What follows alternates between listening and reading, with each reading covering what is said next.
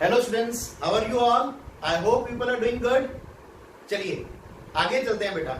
Next topic है हमारे पास, बहुत इंपॉर्टेंट टॉपिक है, that is called your Arrhenius concept. बेटा हम लोग बात करने वाले हैं आर्हीनियस रिलेशन के बारे में। Done. There was a scientist name Arrhenius. उसने हम लोगों को एक मैथमेटिकल एक्सप्रेशन दिया किस किस के बीच में, rate constant and activation energy के बीच में, and that relation is called your Arrhenius equation. उसी को हम लोग क्या नाम दे देते हैं, आर्हीनियस इक्वेशन। डन। तो just cut short the time of the video, मैंने ये चीज पहले लिख दी है आप लोगों के पास कि ये है क्या, this is your Arrhenius equation. ये इक्वेशन आप लोगों को अच्छे से आनी चाहिए। ये कहां से आई, क्यों आई, this is not in your syllabus. आप लोगों को एज सच ये रिलेशन आना चाहिए। The relation is k is equals to a into e raised to power minus ea by rt, and this equation is called your Arrhenius equation. अब इस beautiful equation में हमारे पास क्या क्या टर्म्स क्या हैं। Let's talk about first term which is your k। सभी को पता है क्या है, रेट कांस्टेंट और velocity constant, temperature t, given temperature t के ऊपर जो आप लोगों की रेट कांस्टेंट की वैल्यू है। What is a over here is your frequency factor और Arrhenius कांस्टेंट, इसी को प्री एक्सपोनेंशियल फैक्टर भी बोला जाता है। What is EA? अब आप लोग कम से कम 2 लेक्चर्स में इसके बारे में बात कर चुके हैं कि what is your EA? EA is your activation energy, R is your universal constant which is equals to, because यहाँ पर एनर्जी की बात हो रही है, तो it will be 8.314 जूल पर केल्विन पर मोल, and T is your temperature in Kelvin. Am I clear? I hope सबको ये constants और your terms है हमारे पास, जो variables है वो clear है पहले। Done?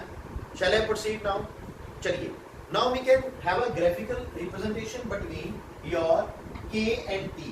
अगर हम K और T में graphical representation बनाते हैं तो that will be something like this. ये हमारे पास K है, ये हमारे पास T है, तो ये क्या कर रहा है, exponentially increase कर रहा है। Done? This is an exponential increase in the rate constant with the increase in temperature. जैसे जैसे temperature बढ़ेगा, जो K है वो exponentially क्या करेगा, increase करेगा। Done? जैसे आजकल हमारे कोविड-19 के केसेस बढ़ रहे हैं, हमारे देश में थोड़ा कम बढ़ रहे हैं, बाकी देश जो कंट्रीज है वहां पर वो क्या हो रहा है, एक्सपोनेंशियली इंक्रीज कर रहे हैं। डन बेटा, चला जाए आगे। चलिए now if you want to calculate the value of E A and A, मान लीजिए आप लोग किसकी वैल्यू कैलकुलेट करना चाहते हो, ई ए और ए की, दैट इज एक्टिवेशन एनर्जी और आर्हीनियस कांस्टेंट की अगर आप लोग वैल्यू फाइंड करना चाहते हो तो हम लोग वो कैसे फाइंड कर सकते हैं। देखिए बेटा, there are two methods of calculating the value of EA and Arrhenius constant A over here. दो तरीके हैं हमारे पास। सबसे पहला तरीका हमारे पास कौन सा है, that is your graphical method। क्या बोलेंगे हम लोग उसको, ग्राफिकल मेथड। आसान काम है, डिफिकल्ट नहीं है, लेकिन इंपॉर्टेंट बहुत है, ठीक है, इसीलिए सभी ने ध्यान देना है। अगेन मेडिकल वाले स्टूडेंट खास करके मैथमेटिकल काम है तो आप लोग यहाँ से कभी नहीं कतराएंगे, भागेंगे नहीं यहाँ से। आप लोग बहुत आसान न्यूमेरिकल आएगा, बोर्ड में तो बहुत आसान न्यूमेरिकल आएगा बेटा आपको। डन। सो इसलिए देख लीजिए अच्छे से कि है क्या। Graphical method is very easy, करना कुछ खास नहीं है हम लोगों को, वही चीजें जो हम लोग नॉर्मली करते हैं। हमारे पास क्या है, k is equals to a into e raise to power minus e a by rt। Done बेटा। अगर आप दोनों तरफ लॉग ले लेते हैं, taking natural log both sides, तो मेरे पास क्या आ जाएगा, ln भी लिख सकते हैं आप, लॉग बेस e भी लिख सकते हैं बेटा, ln ऑफ k और ln k log k base e भी लिख सकते हैं। डन। ये लास्ट लेक्चर में आप लोगों को बता चुका हूँ। So natural log of k is equals to natural log of a into e raise to power minus e a by rt। अब सभी को फॉर्मूलाज आते होंगे, आई एक्सपेक्ट कि आप लोगों को लॉग, यस सभी को फॉर्मूला आता है बेटा, लॉग m इंटू n का क्या फॉर्मूला है, बोलिए, log m plus log n। सभी को log m to power n का फॉर्मूला आता है, yes it is n log m। Done बेटा। सभी को पता है log e किसके बराबर है, yes log e is equals to 1। Clear है बेटा सभी को। सो अगर हम लोग ये फॉर्मूलाज यहाँ पर अप्लाई करेंगे तो हमारे पास क्या आ रहा है, this is log m into n बेटा, तो क्या आ जाएगा, log m plus, this is natural log m plus log n। Done बेटा, clear. Now this is log m to power n, तो वो क्या आ जाएगा आप लोगों के पास, आई होप आप लोगों को ये फॉर्मूलाज आते हैं बेटा सभी को, तो आप लोगों के पास आ जाएगा e a by rt, natural log of k and natural log of e. Now this is equals to 1. Done बेटा, clear। तो क्या है आप लोगों के पास, you are having a relation log k is equals to log a minus e a by rt. Am I clear? Done। Now अगर मैं इसको बेस लॉग में चेंज करता हूं तो क्या आ जाएगा? यस बताइए, वेरी गुड, 2.303 लॉग के base 10, 2.303 yes log of A base 10 done minus E A by R. I hope it is clear to everyone. चलिए थ्रू आउट अगर हम 2.303 से डिवाइड कर देते हैं तो आप लोगों के पास क्या आएगा? Yes log A base 10 done बेटा, log of a base 10 minus EA by 2.303 RT। Am I clear? Done। अब अगर आप लोग इसको कंपेयर करें y is equals to mx plus c के साथ, आप लोग कंपेयर कर सकते हैं बेटा। क्या इक्वेशन है आप लोगों के पास? y is equals to mx plus c। This is your equation of straight line. पढ़ा हुआ है सभी ने, लास्ट लेक्चर में लोगों ने पढ़ा था। अगर आप इसमें कंपेयर करते हैं तो m आप लोगों के पास क्या आया यहाँ से? This is your m, this is your m, this is your x, this is your y and this is your c। Am I clear? चले तो अगर हम लोग इसको ग्राफिकली रिप्रेजेंट करते हैं तो हमारे पास ग्राफ क्या बन के आएगा? ध्यान दीजिए बेटा सभी लोग, क्या ग्राफ बनेगा आप लोगों के पास? वेरिएबल्स क्या क्या है आप लोगों के पास? ध्यान दीजिए, यस लॉग के डन, यहाँ पर आप लोगों के पास वेरिएबल आ जाएगा लॉग के बेस 10 और यहाँ पर क्या है आप लोगों के पास? एक्स एक्सिस पे क्या आ जाएगा? 1/t। M I clear? Done बेटा, क्योंकि स्लोप कौन सी है? नेगेटिव स्लोप है। डन, तो हमारे पास क्या बनेगा? Something like this. Done clear? So आप लोगों के पास इंटरसेप्ट क्या है यहाँ पर? यस सी किसके बराबर है आप लोगों के पास? Log A base 10। So this is your C. Done बेटा क्लियर? अगर ये आप लोगों के पास एंगल गिवन है, मान लीजिए थीटा, तो आप लोगों के पास स्लोप क्या आएगा बताइए? Yes it is equals to tan theta. इसके हिसाब से अगर आप स्लोप देखते हैं m किसके बराबर है? Yes very good, this is equals to minus E A by 2.303 r। Am I clear? सबको क्लियर हो ये चीज सारी? डन। सो यहां से आप लोग क्या निकाल सकते हैं? अपना एक्टिवेशन एनर्जी निकाल सकते हैं। चला जाए आगे, श्योर। चलिए now what is the next method? दूसरा मेथड क्या है हमारे पास अगर हम लोग E और A की वैल्यू निकालना चाहते हैं? Second method is called your comparison method. क्या बोला जाता है उसे? That is called your comparison method. हम लोग कंपैरिजन से निकाल सकते हैं। हम लोग किससे निकाल सकते हैं? कंपैरिजन से निकाल सकते हैं। और वो कैसे निकलेगा? ध्यान दीजिए, अब बेटा जो A है और E है, A और EA आप लोगों का किसी भी रिएक्शन के लिए क्या है? कैरेक्टरिस्टिक है और ये टेम्परेचर के साथ चेंज नहीं होगा। EA activation energy and your frequency factor और your RMS constant are characteristic of a reaction. They does not depend upon temperature, they do not depend upon temperature. वो टेम्परेचर पे डिपेंड नहीं करते। Temperature पे अगर कोई चीज डिपेंड करती है तो बेटा वो आप लोगों का क्या है यहाँ पर? Rate constant. टेम्परेचर पे कौन डिपेंड करेगा? आप लोगों का रेट कांस्टेंट डिपेंड करेगा। मान लीजिए अगर आप लोगों का टेम्परेचर T1 है तो उस समय आप लोगों का जो रेट कांस्टेंट है वो क्या है? K1 है। अगर टेम्परेचर चेंज हुआ और वो हुआ T2 तो रेट कांस्टेंट क्या हुआ आप लोगों के पास? K2। Am I clear? EA और A चेंज नहीं होंगे, चेंज होगा टेम्परेचर के साथ कौन? सिर्फ एक्टिवेशन एनर्जी। अगर टेम्परेचर T1 है तो रेट क्या है? K1। अगर टेम्परेचर T2 है तो रेट क्या है? K2 है।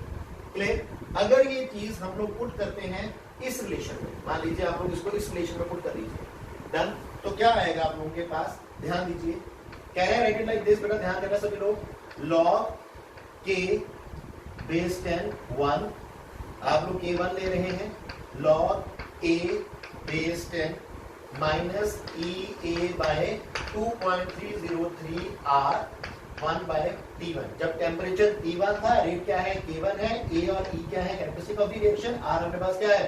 कांस्टेंट है। Am I clear? चले आगे। Similarly log K2 base 10 is equals to log A base 10 minus E A by 2.303 r 1/T2। Clear बेटा? Mark it as 1, mark it as 2, mark it as 3। now clear बेटा? Copy this everyone, जल्दी से आप लोग copy कर लीजिए, copy कर लीजिए। मैं रेज कर देता हूं तब तक। Can I raise this? चलिए आप लोग कॉपी कीजिए तब तक जल्दी से।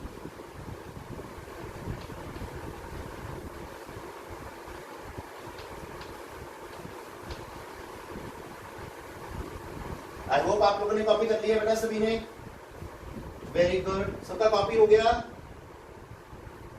चलिए आगे देखते हैं जल्दी से, आगे क्या है हमारे पास। नाउ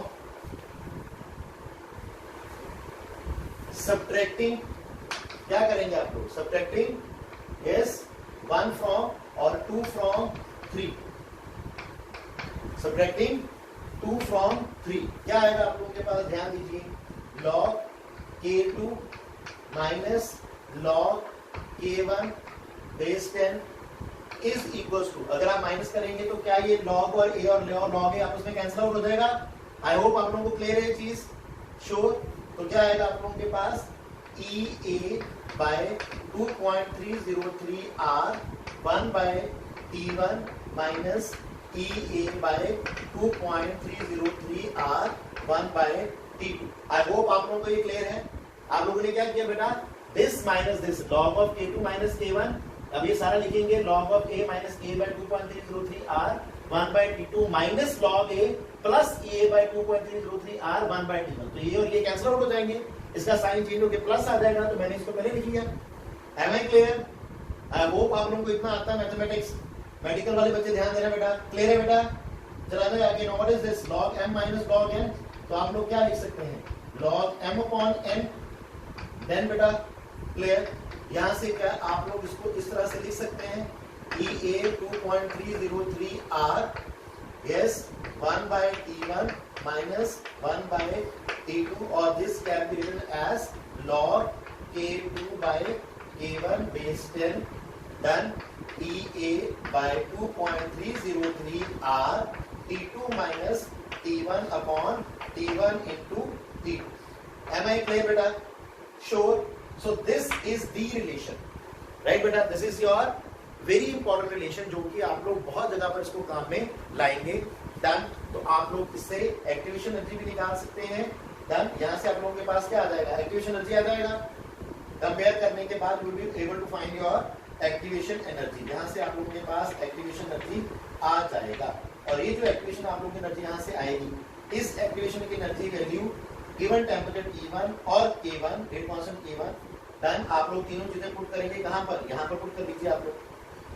डन बेटा, आप लोगों के पास K भी होगा, आप लोगों के पास P भी होगा, आप लोगों ने यहाँ से आप लोगों के पास एक डेफिनेट K है, डेफिनेट टेम्परेचर से T1 के ऊपर आप लोगों के पास K1 है, और T2 के ऊपर आपके पास K2 है। T1 है आपके पास, K1 है आप लोगों के पास, एक स्पेसिफिक टेम्परेचर, एक specific heat constant. Done, EA आप लोगों ने यहाँ से निकाल लिया है। डन, यहाँ से आप लोग इसकी वैल्यू निकाल लेंगे A। M I clear? आप लोग यहाँ से निकली हुई वैल्यू ये की यहाँ पर पुट कीजिए, डी और के आप लोगों के पास है, you will be able to find your A from it. Done, so this is the method by which you can find the value of E, A and your A as well. Clear? चला जाए आगे, चलिए। आई hope आप लोगों को clear है सभी को ये चीज। Everyone please copy this.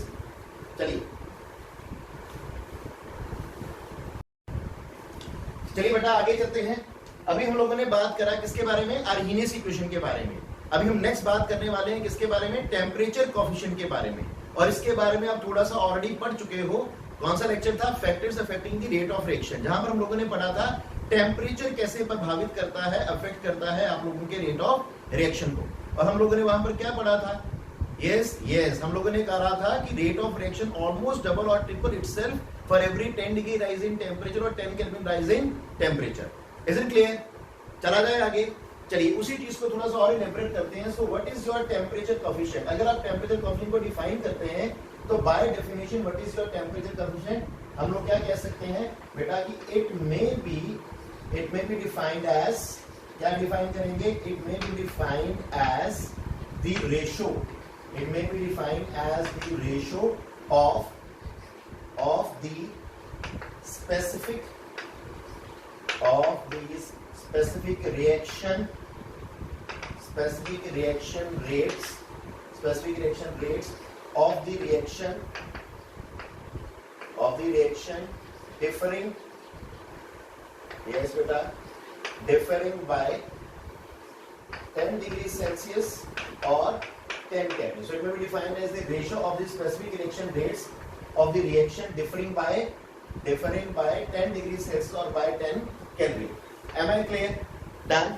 That means कि हम लोग क्या लिख सकते हैं, म्यू अगर हम मान लेते हैं this is your temperature coefficient, मान लीजिए this mu is your temperature coefficient, then ratio of rate of reaction, specific reaction rate or your rate constant which are differing by 10 degree Celsius और by 10 kelvin. Done बेटा। तो मान लीजिए ये मेरे पास rate constant है, कहां पर है, टेम्परेचर T डिग्री सेल्सियस, और ये मेरे पास है temperature T plus 10 degree Celsius, और you can write 10 kelvin as well बेटा।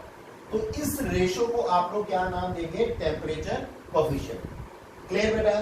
चलिए फिर से डेफिनेशन देखते हैं। It may be defined as the ratio of the specific reaction rates और your rate constants of the reaction differing by 10 degree Celsius और by 10 Kelvin. Clear. Done. Last lecture में हम लोगों ने क्या पढ़ा था कि its value comes out to be 2 to 3, rate of reaction almost double और triple itself for every 10 degree rise in temperature. Am I clear बेटा? सभी को समझ आई ये चीज? Okay. Now the important thing is बेटा, इसका मतलब क्या हुआ कि जब भी हम टेम्परेचर 10 डिग्री सेल्सियस में 10 केल्विन बढ़ाते हैं तो जो रेट ऑफ रिएक्शन है ऑलमोस्ट 200 to 300 टाइम 200% to 300% बढ़ जाता है। क्लियर बेटा? इसका मतलब यही हुआ कि rate of reaction almost double itself और ट्रिपल इटसेल्फ का मतलब कि रेट ऑफ रिएक्शन आप लोगों का बढ़ जाता है 100 to 200%। क्लियर। चला जाए आगे। अब एक बहुत इंपॉर्टेंट चीज है जो आप लोगों को देखनी है बेटा यहाँ पर, और वो क्या है बेटा कि टेम्परेचर कोएफिशिएंट इस चीज को एक्सप्लेन नहीं कर पाया कि जब हम 10 डिग्री सेल्सियस या 10 केल्विन टेम्परेचर को बढ़ाते हैं तो जो आप लोगों की कोलिजन्स हैं वो बढ़ती हैं सिर्फ 2%। इंपॉर्टेंट चीज याद रखिएगा कि जो नंबर ऑफ कोलिजन है वो सिर्फ 2% बढ़ती है, लेकिन जो रेट ऑफ रिएक्शन है वो 100 to 200% बढ़ता है और मोर इवन। क्लियर। वो डबल और ट्रिपल भी हो रहा है। डन। क्लियर। वेयर एज जो नंबर ऑफ कोलिजन है वो सिर्फ 2% बढ़ रही है। अब ऐसा क्यों? अब इस चीज को समझने के लिए we have to understand the graphical representation. चलिए मैं ग्राफ ड्रॉ करके आप लोगों को इसको समझाने की कोशिश करता हूं। ध्यान दीजिएगा बेटा सभी लोग। राइट बेटा? चलिए से हमारे पास ये ग्राफिकल रिप्रेजेंटेशन है। तो ग्राफ किस किस के बीच में हम लोग ले रहे हैं, मान लीजिए फ्रैक्शन ऑफ मॉलिक्यूल्स, इसके बीच में फ्रैक्शन ऑफ मॉलिक्यूल्स हम लोग ले लेते हैं इस साइड पर, और इस साइड पर हम ले लेते हैं बेटा एनर्जी। क्लियर बेटा? अब ध्यान देना बेटा सभी लोग, अगर आप लोग फ्रैक्शन ऑफ मॉलिक्यूल्स और एनर्जी में अगर आप लोग ग्राफिकल रिप्रेजेंटेशन ड्रॉ करते हो तो एट से टेम्परेचर, मान के चलता हूं मैं कौन सा टेम्परेचर है ये, मान लीजिए आपके पास एट से T डिग्री सेल्सियस, राइट बेटा, और T केल्विन ना, ये किसी टेम्परेचर T डिग्री सेल्सियस के आपके ऊपर आपके पास ये ग्राफिकल रिप्रेजेंटेशन है। अब ध्यान देना बेटा कि ये जो पॉइंट है, ये पॉइंट हम लोगों के पास, ये what is this, this is your energy, इसको हम लोग बोलेंगे एक्टिवेशन एनर्जी। ये क्या आप लोगों के पास एक्टिवेशन एनर्जी। डन। अब अगर मैं इस ग्राफ को शेड कर देता हूं, done, now this shaded region, ये शेडेड रीजन हम लोगों को क्या दिखा रहा है, this shaded region is showing us the fraction of molecules having energy equal to और greater than the activation energy. ध्यान देना बेटा, ये शेडेड रीजन मुझे क्या दिखा रहा है, this shaded region is showing me the number of और fraction of molecules having energy equal to और greater than the activation energy. याद रहेगा बेटा? क्लियर? सो इसके बाद अगर मैं मान लीजिए क्या करता हूं कि टेम्परेचर को 10 डिग्री सेल्सियस बढ़ा देता हूं, तो फिर ये ग्राफिकल रिप्रेजेंटेशन मेरे पास कुछ इस तरह से आती है। ध्यान बेटा, कुछ इस तरह से मेरे पास ये ग्राफिकल रिप्रेजेंटेशन आई। क्लियर?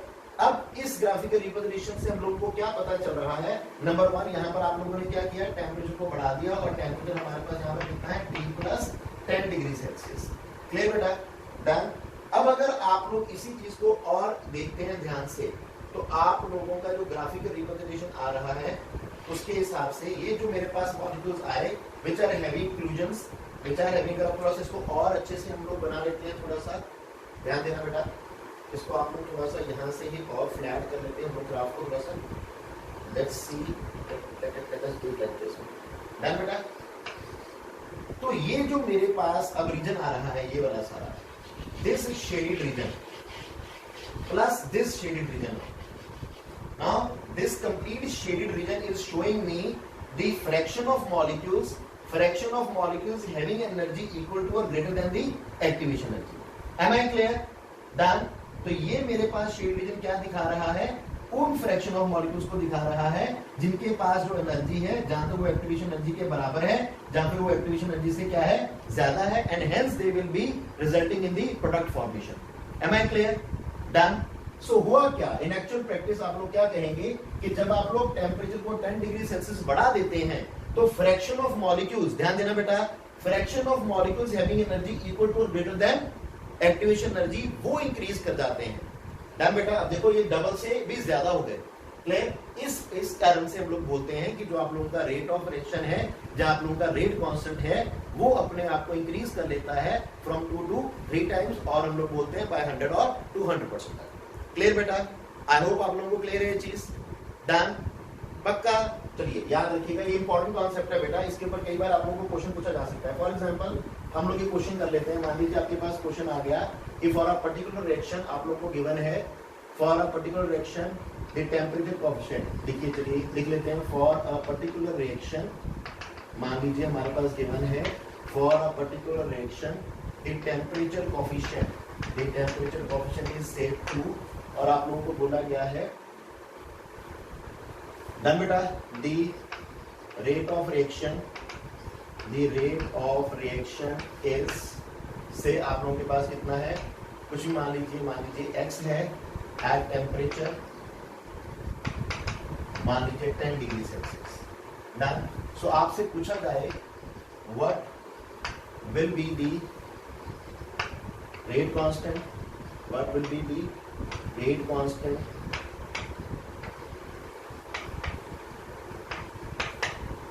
और the rate of the reaction, what will be the rate of reaction at say 30 degrees Celsius। देखिए for a particular reaction the temperature coefficient is 2, the rate of the reaction is x at temperature 10 degrees Celsius, what will be the rate of the reaction at 30 degrees Celsius। Question समझ आया सभी को? चलिए अब कैसे करेंगे, क्या इसके लिए हम लोगों को कोई फॉर्मूला अप्लाई करने की जरूरत है? No, I don't think so बेटा। आप सिंपली निकाल सकते हैं बाय अप्रोक्सीमेशन। कैसे? ये सारी क्या है, अप्रोक्सीमेशन मेथड ये है हमारे पास। तो कैसे कर सकते हैं? मान लीजिए बेटा आप लोगों ने बोला गया है कि 10 डिग्री सेल्सियस के ऊपर आप लोगों का रेट ऑफ रिएक्शन कितना है, दैट इज x।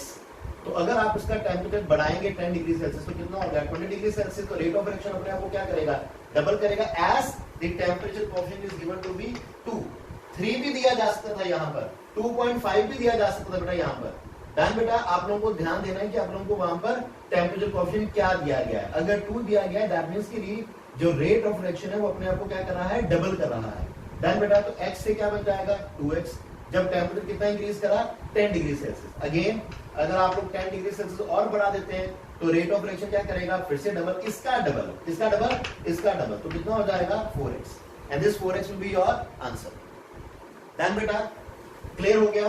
पहली चीज क्या ध्यान देनी है कि टेम्परेचर कोएफिशिएंट कितना गिवन है, उसके बाद अगर 10 डिग्री सेल्सियस के ऊपर हमारा डबल हो रहा है तो नेक्स्ट 10 डिग्री सेल्सियस पे उसका डबल हो जाएगा। यहां से x से 2x हुआ, 2x से कितना हो गया, 4x। Is it clear? I hope it is clear to you now.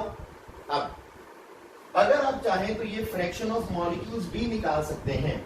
वो कैसे निकालेंगे? अभी हम लोगों ने टॉपिक खत्म करा, that is your Arrhenius equation.